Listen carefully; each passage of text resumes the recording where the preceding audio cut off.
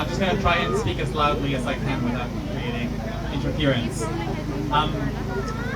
Brevemente en español, mi nombre es Ricardo Menéndez March, soy de la ciudad de Tijuana y llevo en Nueva Zelanda ya casi 14 años y soy miembro del Parlamento para el Partido Verde.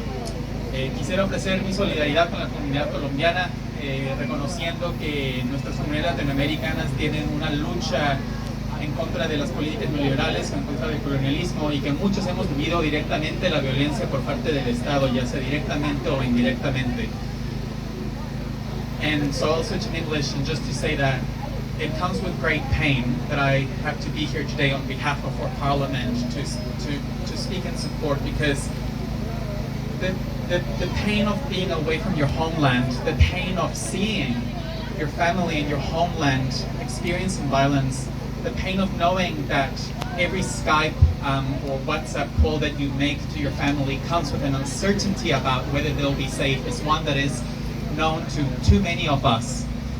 And as Eliana acknowledged, our indigenous peoples here in Aotearoa, it's clear that the struggles for indigenous liberation and against the many oppressive systems also happen here in Aotearoa. And so I want to be really clear that as a member of Parliament, our Parliament is not immune or has not been immune to committing acts of violence against indigenous peoples, environmental activists, and the targeting of the state to many individuals. And so this is why it's so important that those of us who sit in Parliament stand with you today so that we can not only make change locally here, but that we extend a helping hand to the many people fighting for justice in Colombia and around the world. It's very clear to us that the people in Colombia are fighting against austerity measures. They're fighting for livable incomes and for the rights of Afro-Colombians and indigenous communities to live in safety. And so, as a member of Parliament for the Green Party, I condemn the state-sanctioned violence that is happening upon people in Colombia.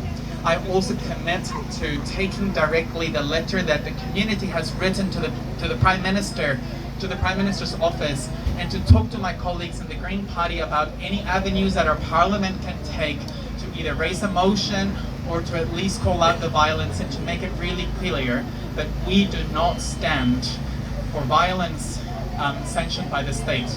And so we must look inward as well. I really appreciate the fact that this space has been centered around the struggles of indigenous peoples and Afro-Colombians, because we know that this sort of violence against our communities also happens in countries like Mexico, also has happened in places like Chile.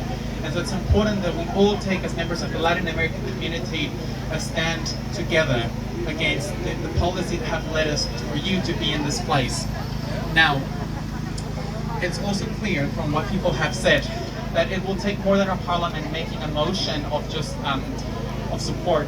We also need to take a principled stand against the sort of trade that New Zealand does with Colombia to ensure that our policies are not perpetuating or enabling the violence that is happening.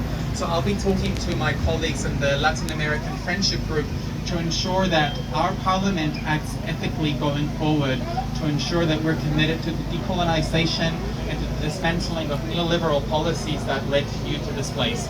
So I look forward to taking the letter to the Prime Minister directly next week. I will make sure that at least we get a response and an acknowledgement. And as a Latin American member of the community, the only Latin American in Parliament, I will make sure that we carry your voices into the halls of power so that we enact some justice. Kia ora.